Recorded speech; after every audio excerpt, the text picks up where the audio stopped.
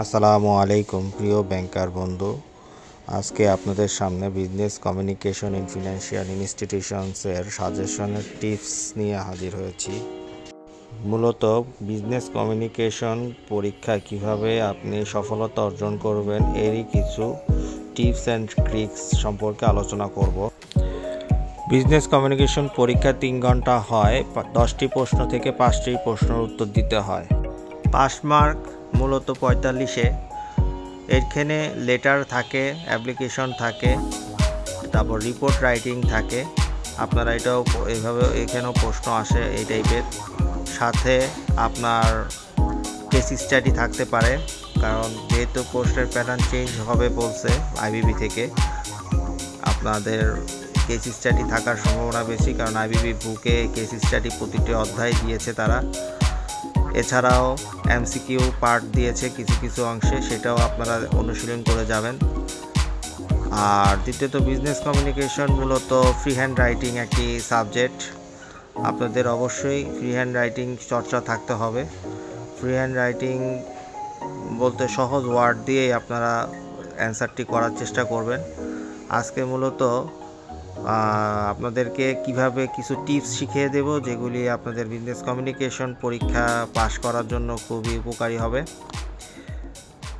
তো কথা না বাড়িয়ে প্রথমে আমাদের মূল আকর্ষণে চলে যাচ্ছি, মূল বিষয়ে। প্রশ্ন চেঞ্জ হবে, প্রশ্ন সিলেবাসের বাইরে আসবে না। আপনারা দেখতে পাচ্ছেন আমাদের বইগুলোতে আমাদের বইটি একেবারে সিলেবাসের টপিকস ধরে ধরে আলোচনা করা হয়েছে। সিলেবাসের টপিক্সের বাইরে কখনোই প্রশ্ন আসবে না। আপনারা যে অধ্যায় সিলেকশন করেন না কেন, সিলেবাসের টপিক ধরে ধরে পড়বেন। এই জিনিসটি আপনারা মাথায় রেখে পড়াশোনা করবেন। বিজনেস কমিউনিকেশন বিষয়টিতে অবশ্যই ফ্রি হ্যান্ড রাইটিং চর্চা থাকতে হবে। ফ্রি হ্যান্ড রাইটিং দ্বারাই আপনাকে সম্পূর্ণ প্রশ্নের উত্তর পড়তে হবে। আর পয়েন্ট বেসিস অ্যান্সার করবেন। তৃতীয় হলো রিপোর্ট অথবা অ্যাপ্লিকেশন লেখার সময় অবশ্যই আপনারা বাম সাইড থেকে শুরু করবেন লেখাটি। লেখার সময় অবশ্যই আপনারা এটা খেয়াল রাখবেন যে ব্যাংকের প্যাড একটা লিখবেন, প্যাডের উপরে লিখেই আপনারা অন্য অ্যাপ্লিকেশনের অ্যান্সারটি দিবেন। যে প্রশ্নের প্যাটার্ন হয় ওই প্রশ্নের অ্যান্সারগুলি অবশ্যই দিবেন। তবে খেয়াল রাখবেন প্রথমে আপনারা একটা ব্যাংকের প্যাডের মতো স্টাইল করে এরপরে আপনারা অ্যান্সারটা করবেন। ব্যাংকের প্যাডে যা যা লেখা থাকে, ব্যাংকের নাম, ঠিকানা, রেফারেন্স নাম্বার ইত্যাদি, এই জিনিসগুলি একটু মাথায় রেখে অ্যাপ্লিকেশনগুলি লিখবেন।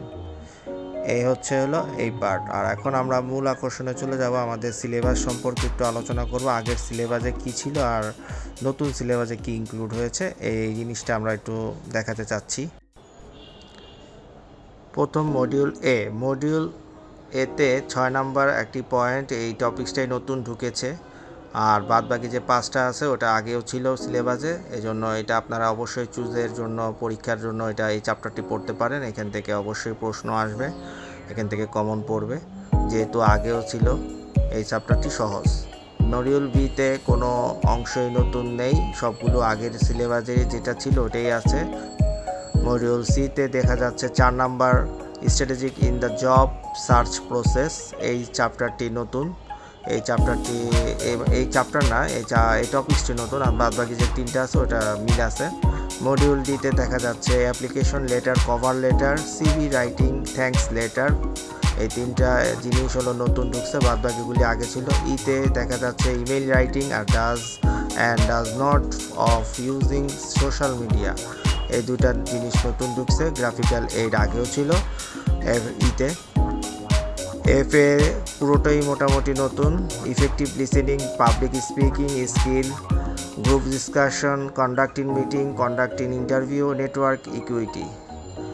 আর 3 নাম্বারটা নন ফিনান্সিয়াল ব্যাংকিং, এটা আগেও ছিল এফে। তো এইভাবে আপনারা সিলেবাসের সাথে এটা মূলত ডিসকাশন করছে। এখন আপনাদেরকে দেখাবো কোন কোন বিষয়গুলো সংক্ষিপ্ত সময় কোন কোন চ্যাপ্টারগুলো আপনারা সিলেকশন করতে পারেন। দেখা যাচ্ছে মডিউল এ খুবই সহজ, এটা সিলেকশন করতে পারেন।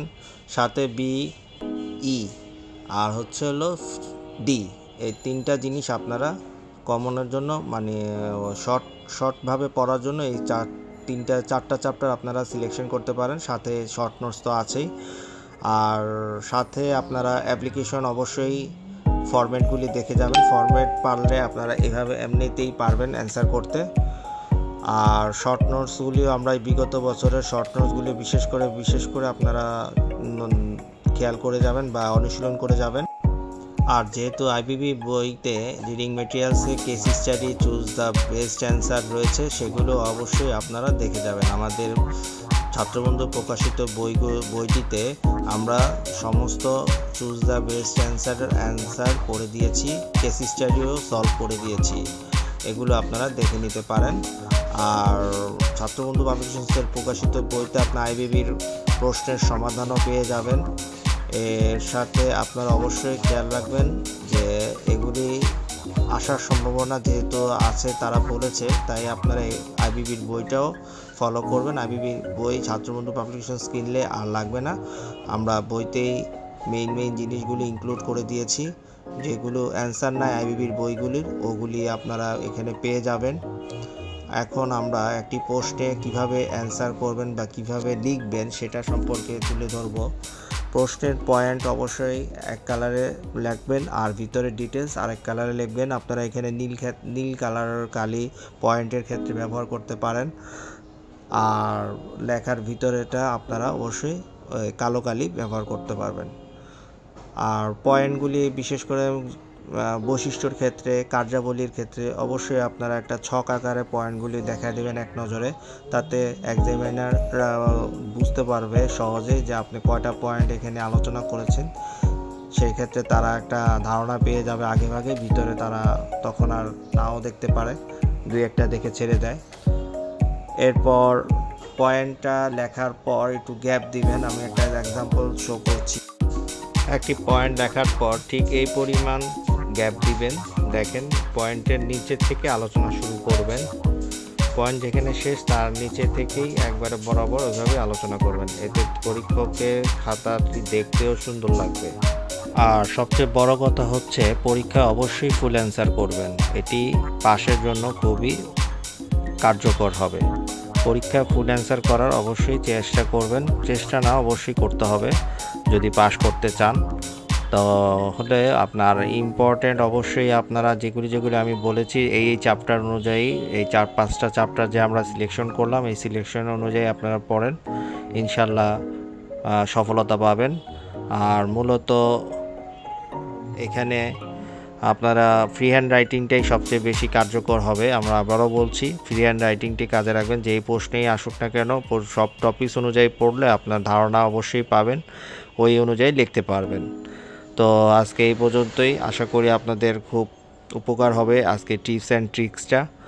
আর ভিডিওটি অবশ্যই ভালো লাগলে আমাদের সাথে অবশ্যই চ্যানেলটি সাবস্ক্রাইব করে রাখবেন এবং সাথে থাকবেন। আল্লাহ হাফেজ।